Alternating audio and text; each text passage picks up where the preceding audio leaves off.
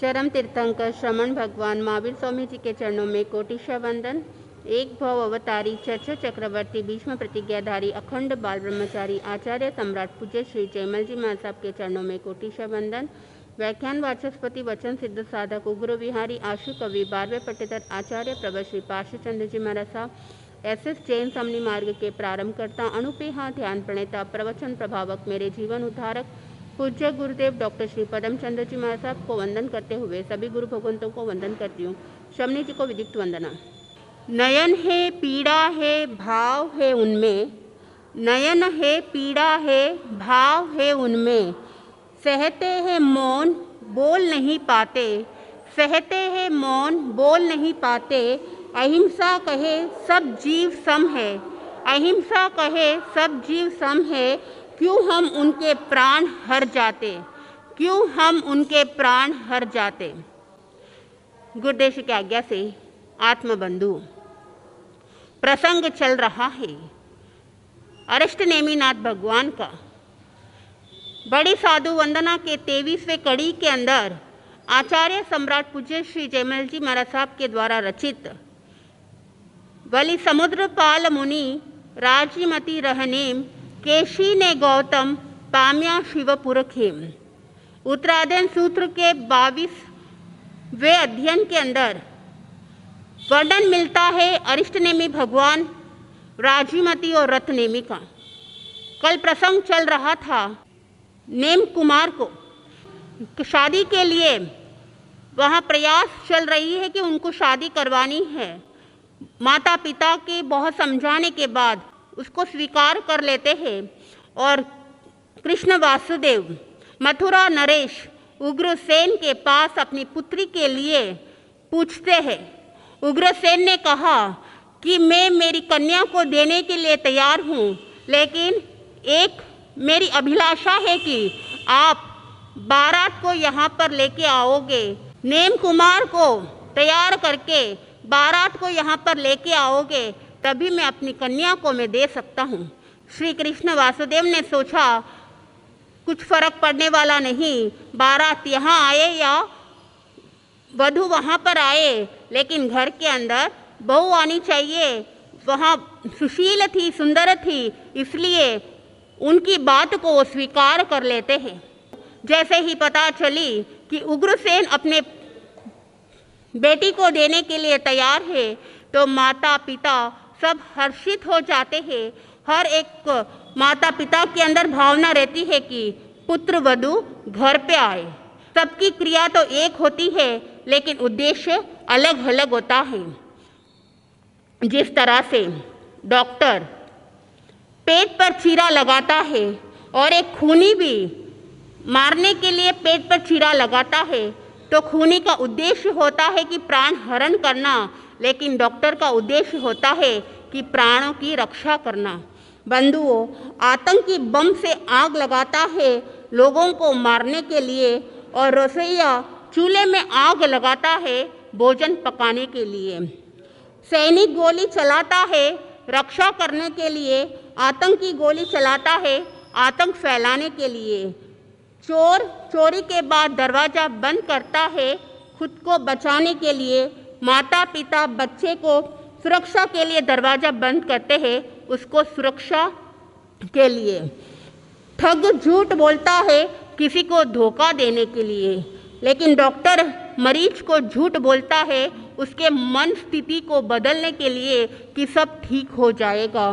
गुंडा थप्पड़ मारता है डर फैलाने के लिए, लेकिन माता पिता थप्पड़ मारते हैं बच्चों को उनको सही मार्ग पर लाने के लिए। तो क्रिया क्या होगी? क्रिया एक है, आग लगाना, गोली चलाना, दरवाज़ा बंद करना, झूठ बोलना, थप्पड़ मारना, लेकिन उद्देश्य वहाँ पे बदल गया। तो इसी तरह से माता पिता वासुदेव सबका एक ही भावना थी कि नेम कुमार संसार अवस्था में विवाह के लिए आगे बढ़े, लेकिन नेम कुमार का उद्देश्य अलग था। अब वहाँ पर शुभ मुहूर्त को देखकर नेम कुमार पवित्र जल से नहलाया गया और वहाँ पर वस्त्र पहनाए गए, आभूषण धारण किया। बंधुओं, अब वहाँ पर बारात के रूप में मथुरा के लिए बढ़ते हैं आगे। अब नेम कुमार पीछे और उनके आगे हाथी, घोड़े, सैनिक और वहाँ रथ थे। बंधुओं, 56 करोड़ यादव, 10 दशहरा, इस तरह से गांव वाले सब बारात लेकर जा रहे थे। एक आध व्यक्ति नहीं, 56 करोड़ किसको कहते हैं। और बारात भी बहुत लंबी थी। मंगल गीत के द्वारा वहाँ गाते हुए बारात आगे बढ़ रही थी और वहाँ पर वाद्य यंत्र भी चल रहे थे। जो लोग हैं वो देख रहे थे, खुशी मना रहे थे कि देखो इतनी बड़ी बारात सज धज कर जा रही है। बंधुओं, हर एक के अंदर वो खुशी होती है जब संसार कार्य के अंदर ऐसे योजना होती है तो हर एक मन के अंदर एक उल्लास रहता है, उमंग रहता है। और वो उमंग भी उन गांव वालों के अंदर भी था। वहाँ राज्य में रहने वाले हर एक व्यक्ति के अंदर वो उमंग थी, एक खुशी थी। लेकिन नेम कुमार के मन में वो खुशी नहीं थी। वो तो सिर्फ माता पिता के कहे अनुसार वो चल रहे थे, क्योंकि नेम कुमार तो तीर्थंकर बनने वाले, उनके मन में किसी प्रकार की कोई आसक्ति नहीं थी। वहाँ तो अनासक्त होते हुए जाना है इसलिए जा रहे हैं। उस तरफ उग्रसेन की पुत्री राजीमती वो भी तैयार होती है, देव इंद्राणी को भी पीछे छोड़ देती है। इतना सुंदर रूप, इतने सज धज कर, और वो इंतजार कर रही थी किसका? नेम कुमार का, होने वाले पति का। अब वो सखिया उनको कहती है कि देखो वर के रूप में नेम कुमार आ रहे हैं और तुझे तो बहुत खुशी मिल रही होगी। बंधुओं, इधर बारात जैसे ही आगे बढ़ रही थी वो उमंग उत्साह के साथ में, रास्ते के अंदर जैसे ही द्वारिका नगरी को पार किया, रास्ते में वो देव विमान भी उस बारात को देख रहे थे। और शकेंद्र महाराज ने भी देखा कि ये क्या बात हो गई। 21वें तीर्थंकर तक जो भी तीर्थंकर बनते हैं वहाँ बाल ब्रह्मचारी वो दीक्षित हो जाते हैं और वहाँ तीर्थ की स्थापना करते हैं। लेकिन नेम कुमार तो शादी के लिए आगे बढ़ रहे हैं। ये तो आश्चर्य की बात है। वह शकेंद्र महाराज के एक ब्राह्मण के रूप में नीचे आते हैं और कृष्ण वासुदेव के बाजू में बैठते हैं। कृष्ण वासुदेव ने पूछा कि तुम कौन हो और यहाँ पर क्यों आए हो? उस समय वो ब्राह्मण कहता है कि नेम कुमार शादी के लिए नहीं, उनका जीवन तो कुछ और ही दिखा रहा है, आप क्यों जबरदस्ती शादी करवा रहे हो? कृष्ण महाराज ने कहा कि हमने तो आपको आमंत्रण दिया नहीं, फिर आप यहाँ पर आए क्यों? वहाँ बात बताते हैं तो कृष्ण वासुदेव ने कहा शादी तो होकर ही रहेगी और एक बारात मथुरा जाएगी। तब वहाँ ब्राह्मण ने कहा आप चाहे कितना भी प्रयत्न कर लो, उनका जीवन शादी के लिए नहीं बना, उनका जीवन का लेखा जोखा तो कुछ और ही है। अब वह ब्राह्मण वहाँ से चला जाता है। कृष्ण वासुदेव ने कहा ये बात तुमने मेरे को कह दी, लेकिन किसी को मत कहना। अब वहाँ ब्राह्मण ने कहा कि अब चाहे कितना भी कोशिश कर लो, नेम कुमार की तो शादी नहीं होगी। बंधुओं, वहाँ बारात हंसी खुशी से नाच गान के साथ में, वाद्य यंत्र के साथ में वो बारात जा रही थी और उधर राजीमती भी इंतजार कर रही है अपने पति के लिए। जिस तरह से सारे सखिया उसको तैयार करने के बाद इधर बारात जैसे ही जा रही थी, जाते जाते मथुरा में प्रवेश हुई। सखिया ने झरोके में आके देखा कि बारात तो आने वाली है और वो अपनी सखी राजीमती को कहते हैं कि तुम भी आ जाओ और अपने होने वाले वर को देख लो। अब राजीमती शर्माती है। पहले क्या होता था, एक लड़का और लड़की की शादी होती तब एक दूसरों को नहीं देखते थे, जैसे भी लड़की या लड़का मिले शादी करवा देते थे और जो व्यवहार के अंदर जो कार्य होता था वो संपन्न कर देते। और जब वह लड़की ससुराल जाती, ऐसे तैसे परिवार जैसे भी हो वो संभाल के निभा कर चलती थी। लेकिन आज के तारीख में आप देखोगे, एक लड़का लड़की पहले ही देख लेते हैं एक दूसरे को और बाहर घूमने के लिए भी चले जाते हैं। लड़की यहाँ तक भी ससुराल भी चली जाती है, उनके साथ रहती है, उनका व्यवहार वगैरह भी वो देख लेती है ताकि आगे जाकर कोई प्रॉब्लम नहीं हुए।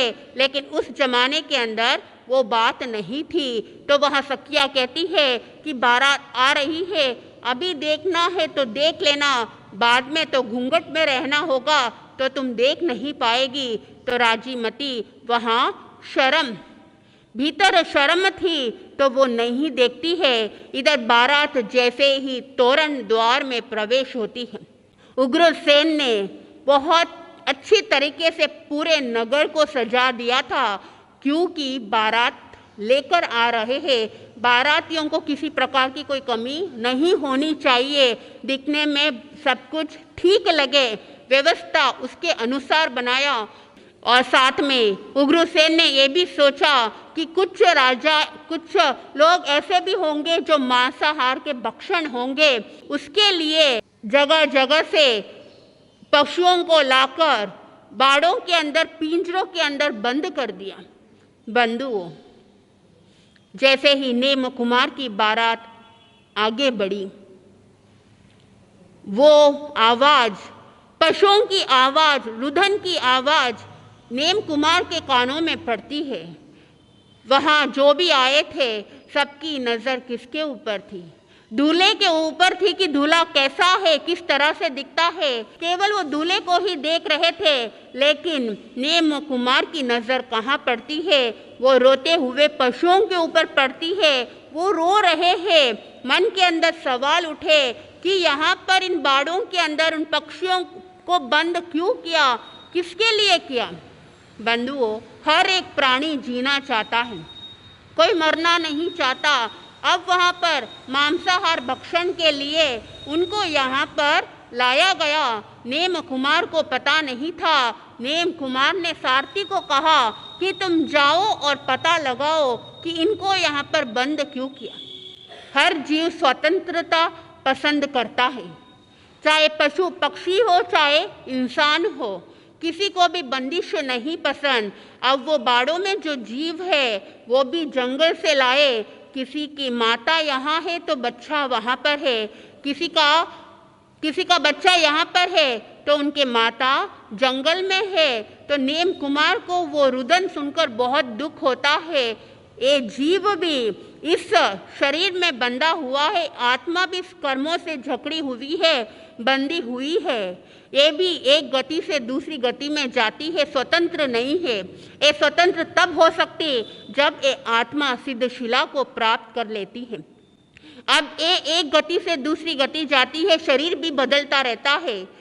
शरीर ऐसे 5 बताए: औदारिक शरीर, वैक्रिय शरीर, आहारक शरीर, तेजस शरीर और कार्मन शरीर। तो ये जीव के साथ में 2 शरीर, कार्मन और तेजस शरीर साथ में रहता है। और ये मनुष्य जब देव गति को प्राप्त करता तो वहाँ पर कौन सा शरीर? वैक्रिय शरीर की प्राप्ति होती है। और ये मनुष्य तिर्यंच औदारिक शरीर और जो 14 पूर्वक मुनिराज होते हैं उनको आहारक शरीर की प्राप्ति होती है। तो ये शरीर भी क्या है? ये पिंजरे में बंद है। हर साधक इस पिंजरे से मुक्त होना चाहता है। तो वो पिंजरे के अंदर वो पक्षी भी रुदन कर रहे हैं, रो रहे हैं, आपस में बात कर रहे हैं कि हमको यहाँ पर लेकर आए हैं इन लोगों को भोजन कराने के लिए, लेकिन हम मरना नहीं चाहते। और यहाँ पर ऐसा लग रहा है कोई ऐसा पुरुष आया, शायद हमको बचा सकता है। बंधुओं, विशिष्ट पुरुष की विशिष्ट बात यही रहती कि वो दूसरों के दुख को खुद का दुख समझते, लेकिन जो सामान्य इंसान होता है उनको कोई फर्क नहीं पड़ता है। अब वहाँ पर नेम कुमार यही सोचने लग गए कि इनको ये रुदन कर रहे हैं, रो रहे हैं। बंधुओं, वो नेम कुमार थे। आपने भी कभी ऐसा अनुभव किया कि कभी कोई जीव तकलीफ में रहता है तो उसकी पीड़ा को दूर करना? दूसरों के जीव को छोड़ो, खुद भी तो एक जीव है। खुद की आत्मा भी संसार के अंदर भटक रही है, एक स्थान से दूसरे स्थान। कभी चिंतन किया कि ये जो भटकती आत्मा है इसके ऊपर दया करना, इस आत्मा कर्म से मुक्त करना, कभी आपने चिंतन किया? समय का कोई भरोसा नहीं होता। आज व्यक्ति कुछ करने के लिए सोचता है लेकिन वो कर नहीं पाता है, कल के लिए छोड़ देता है। और ये समय पता नहीं कि आज जो सब कुछ मिलने वाला हो वो एक दिन में भी वो गंवा देता है। अब रामचंद्र जी, उनको क्या पता था कि जिस दिन राज तिलक मिलने वाला उसी दिन उनको वनवास जाना पड़ा। बंधुओं, वहाँ तैयार होकर जब पिताजी के पास जाते हैं तब पिताजी के चेहरे पर जो मुस्कान होनी थी वो मुस्कान की जगह पर वहाँ पर आंखों से नमी आ गई थी, आंखों से आंसू थे। तब रामचंद्र जी ने पूछा, पिताजी क्या बात है, आप इतने उदास क्यों लग रहे हो? उस समय कहा कि तुम्हारी माता कैकेयी का एक वचन मेरे पास है, तो ये वचन आज के दिन वो चाहती है कि भरत को राज्य मिले और तुम वनवास जाओ। तब वहाँ रामचंद्र जी ने कहा, इसके लिए आप उदास क्यों हो रहे हो? आप माता श्री की बात को स्वीकार कर लो। अब वो समय का कोई भरोसा नहीं, एक जीव का भी कोई भरोसा नहीं। वो पशु पक्षी भी यही सोच रहे थे कि हमको यहाँ पर बंद करके रख दिया और हमारा भी कोई भरोसा नहीं। नेम कुमार भी यही सोच रहे थे कि इनको यहाँ पर बंद कर दिया। और वो सारथी को कहा कि तुम जाकर पता लगा कर आओ कि इनको यहाँ पर बंद क्यों किया है। सारथी उनके आज्ञा अनुसार जाता है और पता लगाता है कि इनको यहाँ पर इसलिए बंद किया, जो बाराती जो मेहमान आए हुए हैं उन पशुओं को वध कर कर उनका वो भोजन पकाएंगे और वो भोजन खिलाएंगे। नेम कुमार ने सोचा कि इस मंगल अवसर के ऊपर ये अमंगल कार्य और सभी को भोजन के रूप में मांसाहार का भक्षण करवाया जाएगा। इतना दुख, इतना पीड़ा, वो किसी को दुखी देखना नहीं चाहते थे, वो किसी को पीड़ा देना नहीं चाहते थे। बंधुओं, उनके अंदर तो करुणा का सागर बह रहा था, वो करुणा के धारक थे। क्योंकि तीर्थंकर को जीव जो होते हैं वो ना खुद दुखी हो सकते ना दूसरों को दुखी होते हुए देख सकते हैं। तो उन्होंने निर्णय लिया कि मेरे को ये विवाह नहीं करना है। अब उन्होंने सारथी को कहा कि तुम रथ को क्या करो, मोड़ लो। अब वहाँ पर उग्रसेन, उनका पूरा परिवार, इधर राजी मती भी इंतजार कर रही थी विवाह के लिए, लेकिन वहाँ पूरी बात ही बदल गई। अब वो उग्रसेन भी सोचने लग गया, क्या बात हो गई, क्या व्यवस्था में कोई कमी हो गई जो नेम कुमार वापस लौट रहे हैं। वहाँ कृष्ण वासुदेव यादवों को भी नहीं पता कि नेम कुमार वापस क्यों लौट रहे हैं। बंधुओं, वहाँ नेम कुमार ने कहा, जहाँ पर प्राणियों का वध हो रहा है वहाँ पर मैं नहीं रह सकता हूँ। और सारथी को कह दिया, सारे बाड़ों को और सारे पिंजरों को क्या करो, खोल दो, सभी जीवों को मुक्त कर दो। जैसे ही सारथी ने किया ऐसा तो सभी जीवों के मन में खुशी का वातावरण छा गया कि हम सबको मुक्त कर दिया। बंधुओं, जैन धर्म अहिंसा प्रधान धर्म है। ये नहीं कहता है कि आप किसी जीव को हनन करो, किसी भी जीव को मारो। इसलिए बताया, दया धर्म का मूल है। अगर धर्म भीतर से प्रकट होना है तो भीतर से दया की भावना आनी है, अनुकंपा की भावना आनी है। जीवों को नहीं मारना, यानी मन, वचन और काया से, चाहे मन से हो, चाहे वचन से हो, चाहे काया से हो, किसी भी जीव के प्राण को वध नहीं करना। ये अहिंसा कहती है। जहाँ पर हिंसा होगा वहाँ पर दुख आएगा और जहाँ पर अहिंसा होगा वहाँ पर जीव सुखी रहेगा। बंधुओं, नेम कुमार लौट रहे थे विवाह नहीं करना। इधर राजीमती भी दुखी हो जाती है कि क्या बात है। नेम कुमार तो चले गए और सोच लिया कि संयम के मार्ग पर आगे बढ़ना है। जब तीर्थंकर भगवंत का समय आ जाता है दीक्षा लेने के लिए, तो लोकांतिक देव आकर उनको उपदेश देते हैं और तीर्थंकर भगवंत जब दीक्षा लेते हैं तो दीक्षा से पहले 1 साल तक वहाँ पर दान देते हैं और वहाँ 9 करोड़ 8 लाख सोनैया का दान वहाँ किया। जो भी दुखी दारिद्र जीव है उनके दुखों को दूर कर दिया, याचकों को वो दान करके उनके दुखों को मिटाया है। तो जब तीर्थंकर दीक्षा अंगीकार करते हैं तो वो दान करते हैं। जैन धर्म के अंदर दान की इम्पोर्टेंस बताया है। वहाँ पर तीर्थंकर भगवंतों ने गुप्त दान नहीं किया, वहाँ कौन सा दान किया? प्रकट दान किया है। वहाँ पर छुपकर किसी को दान नहीं दिया, वहाँ पे भरी सभा के अंदर दान दिया है। इसलिए दान जब आप करते हो तो वहाँ पर लोगों की धारणा होती है कि गुप्त दान करेंगे तो ज़्यादा फायदा मिलेगा, किसी को पता भी नहीं चलेगा, और प्रकट दान करेंगे तो वहाँ पे नाम के लिए कर रहे हैं। लेकिन ये धारणा गलत है, क्योंकि ये जो गुप्त दान की जो परंपरा कहाँ से चली? बंधुओं, यति जिसको मुनि भी कहते हैं, वो यति साधनाशील थे, संयम अच्छे से पालन कर रहे थे, लेकिन धीरे धीरे शीतलता आने के कारण से वहाँ साधना तो बहुत कठोर थी और परिवार वालों को से कभी कुछ मंगा देते थे और वो किसी को पता नहीं चले, इसलिए कह देते कि एक हाथ से दिया हुआ दान दूसरे हाथ को भी पता नहीं चलना। तो ये दान गुप्त दान वहाँ से चालू हुआ। लेकिन तीर्थंकर भगवान स्वयं दान तो प्रकट करते हैं। तो जीव अगर प्रकट दान करता है, दान किया और किसी का नाम भवन के ऊपर शिलालेख के ऊपर लिखाया गया है, तो आपका दिया हुआ दान पीछे जो बेटे पुत्र होंगे या पोते होंगे वो उस नाम को देखेंगे और उनके मन में विचार आएगा कि मेरे दादा दादी दान करते थे, यानी ये दान की श्रृंखला मेरे घर से पहले से ही चालू है, तो मुझे भी क्या करना है?